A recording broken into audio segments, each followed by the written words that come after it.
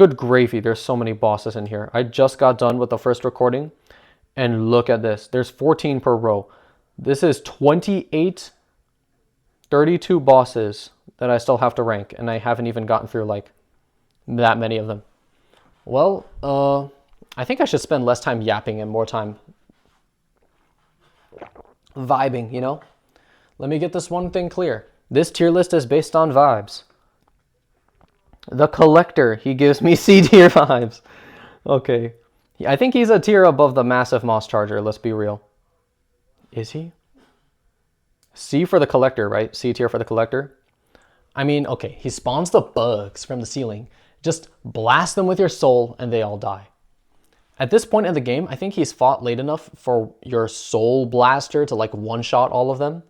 I don't remember ever encountering him in the main game. I think I've only encountered him in the Pantheons.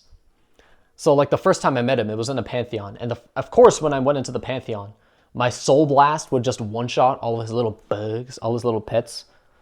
So he was not that much of a threat at all. He would just have these goofy little jumps. You know what? Yeah, he is absolutely C tier. I think he's less fun than the massive Moss Charger. I think he's less intimidating than the Soul Warrior. I do think he's more fun and interesting than the Brooding Moloch, though. Dung Defender. Dung Punda. This dude is a poop guy who puts poop all over you and then, like, smacks you with his poop balls that he throws. And then he has that, like, fun music. He's like the good guy. He's a legendary hero. And he's here bathing in doo-doo. That alone puts him in the A tier. Is he better than Hornet Protector? You could argue yes. I think the gameplay is definitely more fun and interesting than Hornet. Hornet just does these little basic jumps and dashes. Meanwhile, Dung Defender does bouncy, bouncy, bouncy, bouncy, bounce, and you have to dodge all the balls and all the bouncy balls. And then you have to juggle his balls. And then he does like the dive up, dive down thing. That's fun and interesting. Yeah, he goes above Hornet. Just for sheer gameplay. Yes, Hornet, I think, had...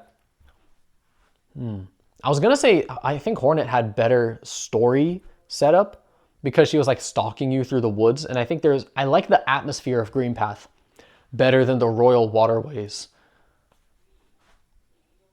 But, no, I think gameplay just carries Dung Defender better.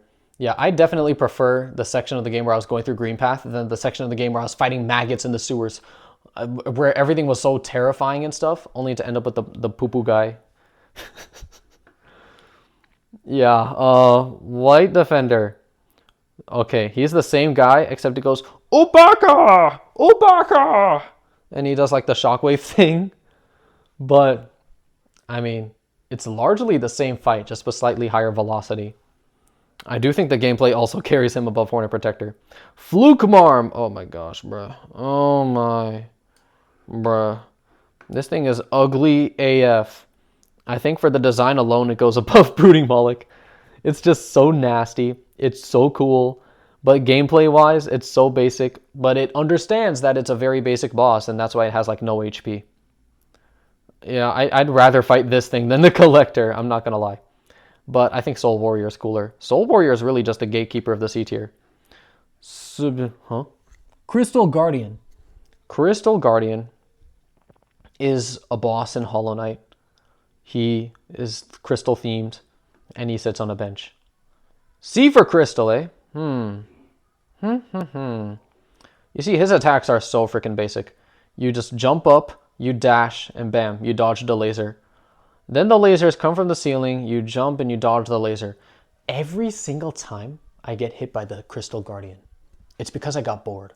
I got so bored of just dodging from the lasers that I just end up overcommitting to slapping him in the face, and then I get hit by his laser that comes out faster than I expected to.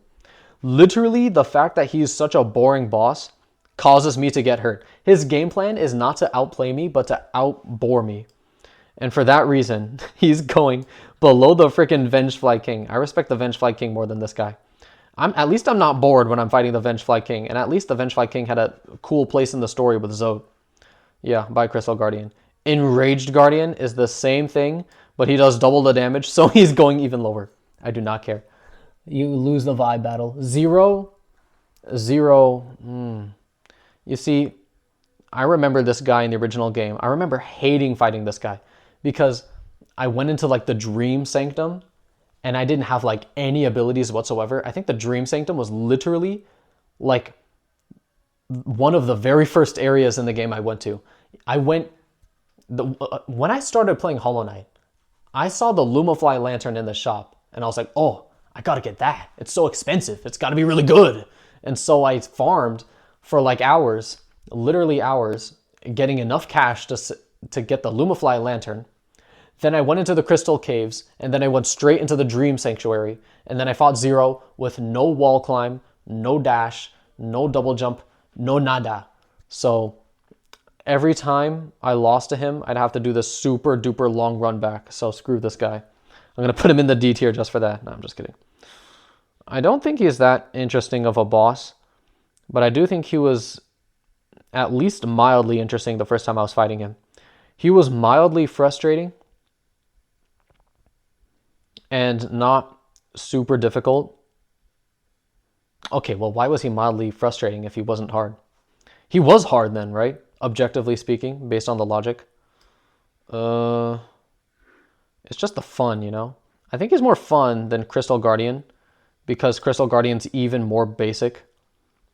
Zero, at least, has a... Okay, what are we actually doing in the fight? You run underneath him, you hit him in the foot, you dodge his nail, you run underneath him, you hit him in the foot, you dodge his nail, you run underneath him, you hit him in the foot, you dodge his nail. He doesn't have as much story presence as the Vengefly King. I mean, sure, he has a, ooh, he's a warrior. Ooh, he has a grave. Ooh, he must have been someone really important. But there's such little setup for that I just want to kick this random guy's butt. Like, I don't care. Marmu, freaking Marmu. I'm putting him in the D tier. This dude took away so much lifeblood in my Pantheon of Hallownest runs, and I don't even remember fighting him originally in the game. I do think I fought him before in the original game, but I don't remember anything about the fight.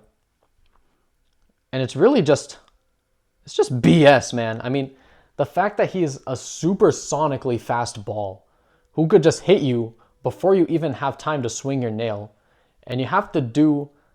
Listen, if you try to react to every time the ball hits you, you're just going to get hit because sometimes it's unreactable. You literally have to predict what the ball is going to do in order to deflect it properly sometimes. And sometimes it doesn't even work because you hit it, it bounces off, it hits you again. Wait, that's in the Pantheon. Pantheon of Hallownest specifically. In his original arena, it's not so much BS, it's not so much rapid bouncing.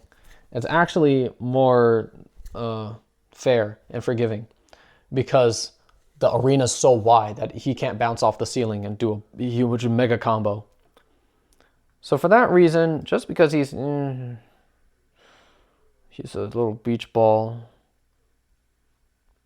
You know what? Screw the Crystal Guardian. I'm putting Marmu above you. Traitor Lord. Traitor Lord. This guy was a guy. He's a lord. He's a traitor lord. Ooh, he's so scary. Ooh. But did I enjoy fighting him? I don't think he's bad. He feels B tier. You see, he has so many different game mechanics, like the frisbees and the wall and the jump and the dive. Just the dynamic between him running forward and him diagonally diving. I think just that dynamic is actually... I don't know why it like tingles my brain cells so much to be able to dodge him going forward versus diving diagonally. I don't know why that's so interesting to me. I just like it. But do I like it more than Elder Who? Okay, Traitor Lord gets some bonus points because he does double damage. Is he more fun and interesting than the failed champion? I don't think so. I really don't. It's just... Yes, it's kind of a tense fight because he does so much damage, but overall, he's actually rather basic, despite the fact that he's related to the Mantises. His legacy does not carry his gameplay, unfortunately. This guy, Galeon, oh my golly. This dude is so cornball. He takes his like Cheeto Puffs, and they bounce around, and if you just happen to be in the bad spot, and then you're right underneath Galeon's freaking crotch, He'll just, teabag you and put his Cheeto Puffs on you. And then his big axe is just gonna go. So terrible. Oh my gosh. I think this dude is so cool and intimidating. The fact that he has this big axe and he's like, "Rah!" to throw the axe and it like starts bouncing around. It's so intimidating. It's so cool. I think the way they executed that animation in that sequence was awesome. So, unfun gameplay, fun, awesome presentation. I think it averages out to like around B or like top of C. Maybe, okay. Here's the thing. I think Massive Moss Charger is basic, but it knows it's basic. Galien is complicated. Okay, let me rephrase this. Sorry. Massive Moss Charger accomplishes exactly what it wants to do. It wants to be a silly boss, and it accomplishes being a basic silly boss. Galien wants to be this awesome, badass boss. But I think he kind of fails in that department for two reasons. One, Galien hitting me with his ghost body. I mean, sure, it's a viable strat, but isn't it just so weird? Like, you're a ghost, and your primary attack is to float on top of me and touch me with your body. You're not like punching me. You're not swinging. So you're just floating into me and using the fact that your body has a hitbox despite you doing absolutely nothing. Like, is that an intimidating attack to you? No, I don't think so. And so he loses presentation points for that. This guy's like min-maxing. He has really high presentation points with his axe and low presentation points with his Cheeto Puffs and his big body just hurting you for doing nothing. So I think he averages out. But who do I respect more? Ooh, now here's the thing. Overall quality, I think he averages out to being around here, high C tier, because he has cool parts and bad parts. But what do I respect? Something that knows what it's doing and accomplishes it well, or someone who tries to do something and fails? I think I actually respect him a lot less now that I think about it. I think he's... Would I rather fight Galien and his goofy-ass Cheeto Puffs, or would I rather fight the boring Crystal Guardians? Yeah, I don't like the Crystal Guardians. Welcome to Nosk! Is Winged Nosk here? I'm curious. Because Winged Nosk is... Yes, okay, yeah. Winged Nosk is just so different from the original Nosk that, yeah, they definitely deserve to be separate. So, Nosk. Presentation. Soundtrack. Setup. You fight him in this deep, dark cave, all the way in the roots of deepness. You had to beat the Mantis Lords in order to get here, so you know this place is dangerous. You had to get past these gigantic, earth-eating, gigantic worms. Now you know this place is dangerous. Then you see this guy who has your face as a bait, as a lure. Now you know this place is dangerous.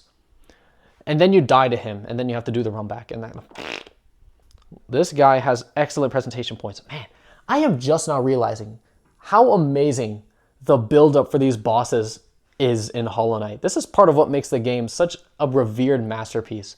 The fact that the bosses have so much setup, and they fit so well with the environment that they're introduced in. But the run back for Nosk, I think, kind of hurts him. Yeah, he'll lose some points for that. You could sit at the top of B tier, my friend. Is the Soul Tyrant really the top of B tier? I don't respect him as much as No Eyes. I don't think his fight is as iconic as Umu, because it's just a harder version of a fight that originally happened. I think he... But his gameplay is more interesting than the False Knight. Okay, yeah, let's put him there. Nosk, Nosk, Nosk. Alright, I'm putting him in the top of B tier for now, just for the presentation, but I took him down from A tier because of the run back. But let's talk gameplay. Like, what does he actually do?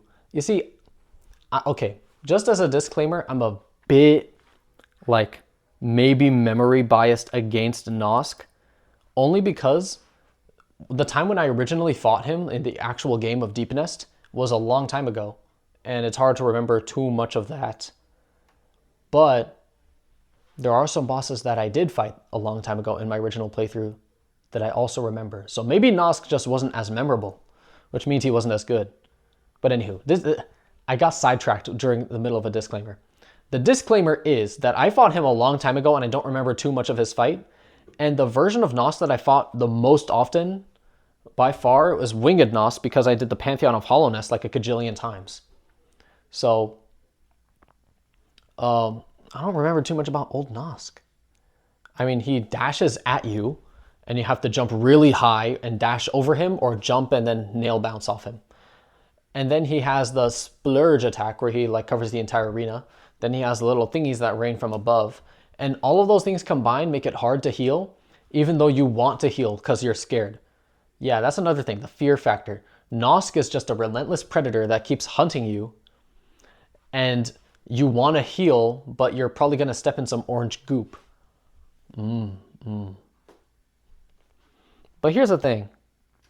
Are Nosk's attacks themselves really that dangerous? Not really. I think the gameplay lacks depth, I'm not gonna lie. You're not really planning ahead too often because how much of the screen is Nosk really covering? How much area is he actually denying from you? Not that much.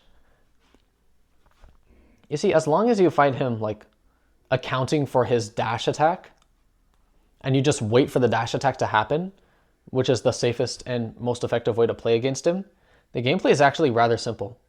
You just wait for him to attack and then you attack him. Wait for him to attack and then you attack him. You know, like the massive Moss Charger. It dashes in, you jump and bounce. It dashes in, you jump and bounce. Same with Nosk. Except Nosk also has 2 bonus attacks that the Charger doesn't have. Except even the Charger's like jump attack, I find that more intimidating than Nosk's splurges. So in terms of aura, this guy is maybe on equal footing, if not higher than No Eyes, but has worse gameplay than No Eyes and Umu. I think I'll put him above Soul Tyrant because there's more setup for him. Wow, that's a lot of information on the boss I still don't remember that much about. Zote the Mighty. Was this guy ever a boss? This guy, you fight him in like the Colosseum, right? I don't remember jack nothing about the Zote fight in the Colosseum. So I'm just gonna leave him. Oh, the Great Prince Zote. Beautiful, terrifying, masterful, amazing, frightening.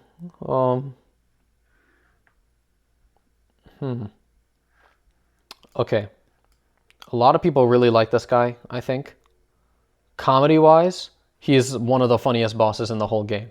He is literally this random bum's like fan fiction of a bum who's a bum in real life. So that's hilarious. And he has like this like really big sexy body. And he summons clones of himself by spitting. And they're like little bees and little legs that jump around. That's so funny. And then he has those things that explode into a bunch of damage. That is hilarious. Okay, yeah. I think it's safe to say this is the funniest boss in the entire game. So just for comedy points, I'm tempted to give it A tier. Well, let's talk gameplay. All right, what attacks does he have? He has the That's hilarious. That's A tier for sure. He has the jumping thing, which is kind of utter BS. You see, some bosses in Hollow Knight, like the Broken Vessel and Great Prince Zote, they do this thing where they jump around a lot. And I think that's like totally bogus. You see, there's this one guy on YouTube, I don't know if you've seen his videos, but he talks about this like readjustment mechanic that some of the bosses do, where they'll just jump from one place to the other and cover so much of the arena with their body hitbox that it ends up being a very dangerous attack if you like jumping around and stuff. So that encourages the player to stay grounded, which I think is nice. But the guy in the YouTube videos, these videos have gone viral, and I think there's a lot of discourse about like that guy's opinion. Now, what do I think about the whole jumping readjustment thing? I think it actually works for the game to make it challenging. You see, without the jumping thing, some of these bosses would not be as hard. Like the Broken Vessel, imagine if it didn't cover the air in its body hitbox. Or imagine if Actually, maybe not so much for Hornet. Hornet has other ways to cover the arena and hitboxes. I'm talking about Hornet Sentinel specifically because she's fast enough to do that. She has like the spikes. But these bosses just would not be nearly as challenging if they didn't have a way to counter you jumping around above and around them if they're so small. So I think it makes sense for them to do that. But the only problem is, and this is, I think, the one problem with the jumping readjustment thing. The guy in the video, he gives like a bajillion different reasons why the jumping thing is bad. Like, oh, the body hitbox. Oh, they're not actually doing anything. Realistically, they're moving their body at high velocity and you jump into it and it hurts you. I don't like it when Galeon does it because he does it extremely slowly and he's a ghost, so why would it hurt you? But if it's at high velocity, then it makes sense. So for the guy in the video, I think the one thing that makes that jump readjustment thing bad is the lack of startup. It happens so fast. There's no telegraphing, there's no startup. It just immediately happens. Think about like all the other attacks in the game that are good, right? The Mantis Lord Skewer, she's poised down like this, then she goes through. The Mantis Lord Skewer from above, she starts like this, then she goes down. The Crystal Guardian, he charges his laser, then he attacks, right? Even the ceiling lasers, they charge up a bit, then they go down. But for the jump readjustment thingy, it just happens instantly with no startup, no telegraphing, no nothing. All right, and I think that's terrible. Like, this is like one of the very few. Actually, it's like the only flaw I see in Hollow Knight. It's the jump readjustment BS, because that's what it is. It's really just unfair. So, Great Prince Zote falls under that same category. He jumps around a lot.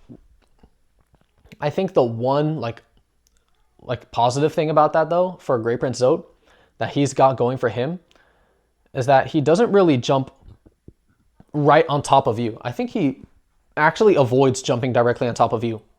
What he tends to do in his fight is actually just jump stationary. Ooh, that's another thing. I do like the jump readjustment thingy. This is a little tangent, but I think it applies to so many bosses that I think it's valid. The jump or enough bosses for it to be a valid thing to talk about. The jump readjustment thing that certain bosses do, like Hornet Sentinel, Broken Vessel, and all that. There's this fake out mechanic. Oh yeah, the Brooding Moloch does it too. Is it gonna jump in place? And are you gonna dash right into it? Or is it gonna jump at you or in your direction and you have to dash to get underneath it? I like that, the idea of reacting to that. It's just that it would go so much better if you had telegraphing to have time to get poised into the mindset of, oh shoot, I have to react, right? Because making that split-second decision of where the boss is going, like horizontally speaking, and knowing whether to dash or to move and dash and jump and dash and whatever, I think making that decision is really cool and adds a lot of fun reactionary gameplay. But if we just had that little bit of telegraphing, that would make it so much more fair to deal with. Anywho, I think for Great Prince Zote though, it's fine because his primary attack with the jumping isn't to jump at you. It's not to cover hitboxes and touch you with his body, as much as some people might want that. It's really just to generate shockwaves because he's one of the characters who could actually generate shockwaves with his jumping. So since that's his primary mode of attack, it becomes a lot more fair. But then again, there's some instances where he actually just jumps and he covers horizontal area and just smacks you, which I think is disgusting. If we just removed that part of him, he would absolutely be A tier. But now it's like kind of debatable whether he's an A tier boss or not. Oh, the BS kind of puts him down. I'm sorry. In good faith, I don't think, morally speaking, I can put him into A tier if he has that jumping BS and he like hits you with his body. Sure, most of the time he's going to be generating shockwaves, but those few times where he actually does hit you in the face with his body, it's just going to feel like so unfair. Oblables. They spam the arena with their goofy projectiles, and then you have to orient your body to dodge them.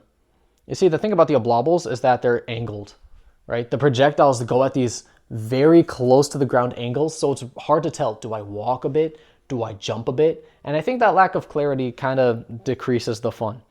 You see, the fun of a boss is that you know what to do for certain things and you just have to figure out how to address them. But if you don't know, like, yeah, see, my cursor went to Mantis Lords because everything they do is clear. You know what they're going to do and you know where an attack is going to go. But with the Oblobbles, it's just so much less fun because you don't know. You don't know the trajectory of the projectile. And I think because of that, and also because they're like super duper basic in how you fight them, like they don't fight back at all. So they're lacking in character. They're lacking in clarity. I think they're placed in the game as a Colosseum thing, like they're literally just enslaved innocent bugs that don't want to hurt you. I think that puts them up to at least C tier, just the interestingness of their situation in the story. But overall, gameplay-wise,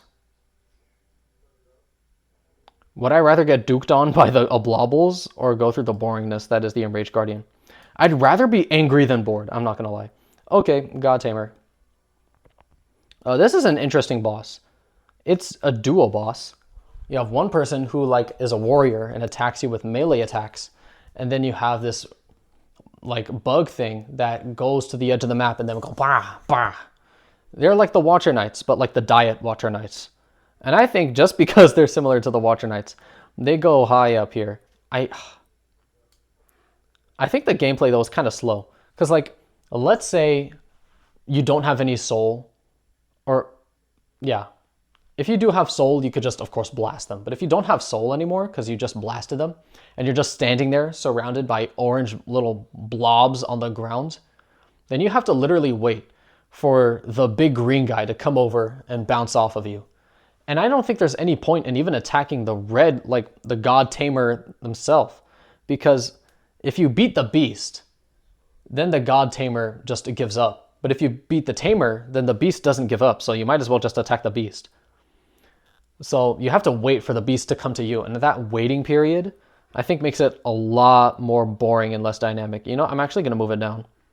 It's less dynamic than a lot of these bosses, I'm actually realizing. Do I put it below Trader Lord? At least with Trader Lord, you can constantly attack and do stuff. At least with Elder Hu, you could constantly attack and do stuff. Bottom of B tier? Wow. You know, conceptually speaking and design speaking wise, the God Tamer, the idea of the ruler of the Colosseum being this like awesome dude who tamed this gigantic beast with this really cool sword. It's just design wise and conceptually, it's so cool. But in execution, I'd rather fight a lot of these other bosses now that I really think about it. Wow, very interesting. I never thought I'd do that. Anywho, we're coming to the end of this part too. Part two. And, oh boy. You see, we finished off the last list with my favorite boss, the Watcher Knights.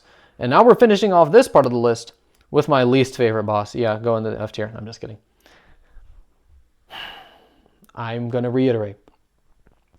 The bosses on this list, I'm putting them on the list based on how they were fought and encountered in the main game, which means they have the advantage of set pieces, environmental set pieces, and character building, you know, because their characters, you can imply things about their character from the environment.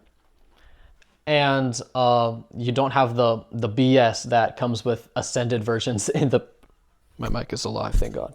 Ascended versions in the Pantheons.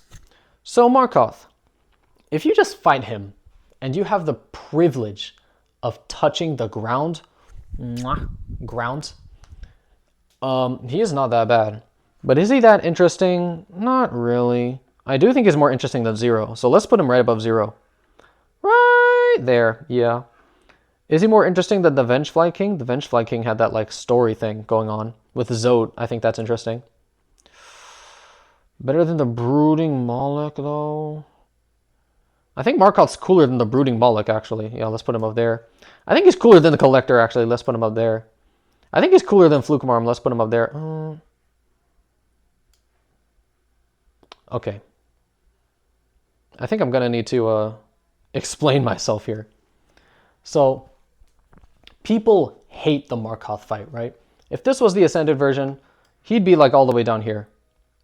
But with the ground, it becomes so much more manageable to actually dodge his attacks and be able to dodge things. But then again, with the ground, it becomes less intense. Then again, with the ground, you know what? I'm going to take a moment to think. I think I'm speaking before my mind is ready.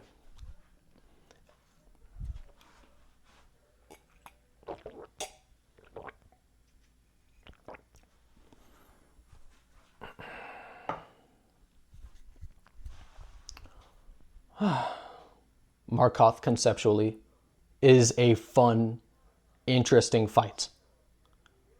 Markoth in execution is not as fun.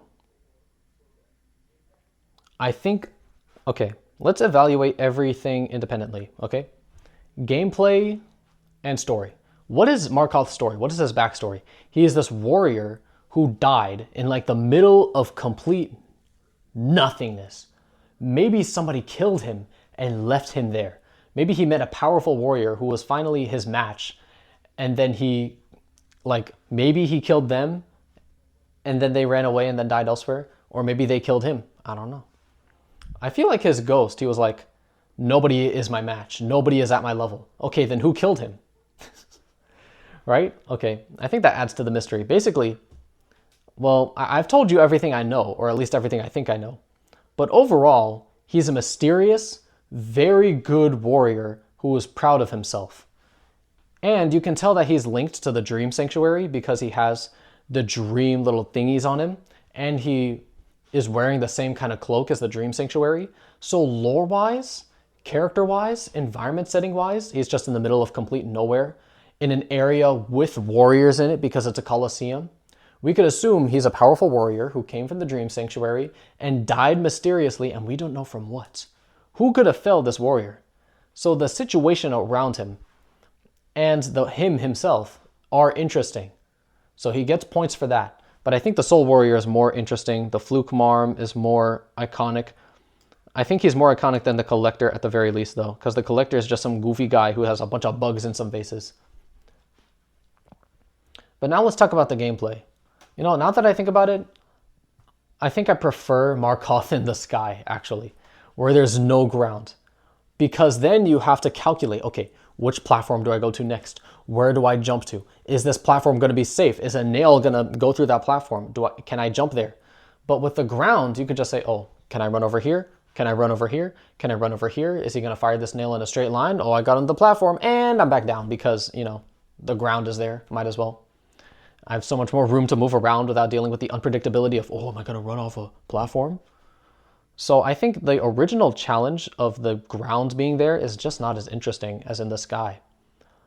But Markoth will lose points here that will take him down all the way to, like, I think below zero. Below zero. I think he's at least more interesting than the Oblobbles. Nah, frick Galien. Galien kind of sucks. Markoth is bad, I think, for one particular reason. His nails can spawn near you. I think he would be a completely fine boss fight if his nails spawns at, like... Okay, add another thing. First of all, I hate it when nails spawn right next to me. I'd be running away from this nail that's right behind me and is chasing me. I'm on a platform right now. I fall off the platform to dodge it, and then a nail spawns from underneath me and then just hits me right in the face, and I can't react to it because it spawned right next to me. Like, what? What the fudge? Like I said before, boss attacks need to have telegraphing in order to feel fair. So if they spawn right next to you while you're mid-action, that's just BS. That's complete bogus. I'm already dodging a move, and you're putting another move right in front of my face that I can't react to. That's disgusting. I hate that. And another thing, a nail, okay, I'm right against the wall because Markoth is spinning at me with his big old dream shields, like he's literally doing that thing where he's chasing me down and I'm near a wall. What do? Is this, and then he spawns a nail inside the wall. Where is it? Is it up here? If so, then I gotta go like horizontally. If it's down here, then I gotta jump. I don't know. And so that's why this fight is freaking unfair. And so that's why he's all the way down here next to the other unfair, or like this other like really goofy dream fight Galien. Yeah, Markoth sucks. In the original game, though, it's kind of trivialized by the ground. But that's sort of like, I don't know. To me, it feels like the Markoth in the sky is the way the fight's meant to be played.